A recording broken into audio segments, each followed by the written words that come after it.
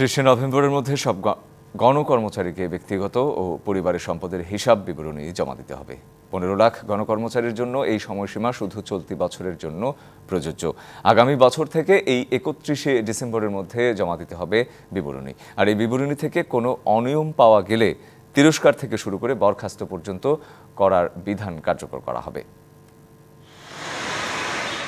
সরকারি কর্মচারী সংশোধনী আচরণ বিধিমালা 2002 অনুযায়ী সব গণকর্মচারীর সম্পত্তি হিসাব বিবরণী জমা দেয়া বাধ্যতামূলক হলেও অনেকেই তা করতেন না। অন্তর্বর্তী সরকার দায়িত্ব নেওয়ার পর এই হিসাব নেওয়ার জন্য একটি কমিটি করে দেওয়া হয়। কমিটি তৈরি করে দেওয়া ছকে আগামী 30 নভেম্বরের মধ্যে এই বিবরণী জমা দেওয়ার নির্দেশ দিয়েছে জনপ্রশাসন মন্ত্রণালয়।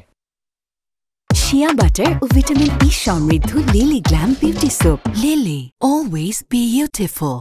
গণকর্মচারীদের মধ্যে যারা আয়করের আওতায় পড়েন তাদের রিটার্ন দাখিল করাও বাধ্যতামূলক। তবে এর সাথে সম্পদের হিসাব বিবরণী জমা দেওয়ার কোনো সম্পর্ক নেই। সম্পদ বিবরণী 15 লাখ বলছি, সকলের জন্য বাধ্য, পিয়ন ড্রাইভারও। আর যেটা আপনি বলেন 10B ফর্ম, এটা তো একটা ইনকাম বলা আছে, কোনটা ট্যাক্সেবল ইনকাম, তারা দিবে, এটার সাথে এটা সম্পর্ক নেই।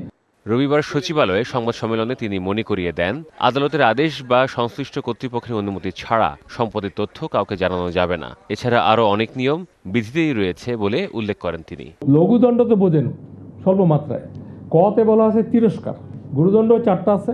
এটার গুরুত্ব বুঝে চাকরি হইতে বরখাস্ত করার। সম্পদ বিবরণী অতি গোপনীয় দলিল বিধায় এক্ষেত্রে তথ্য অধিকার আইন 2009 প্রযোজ্য হবে না।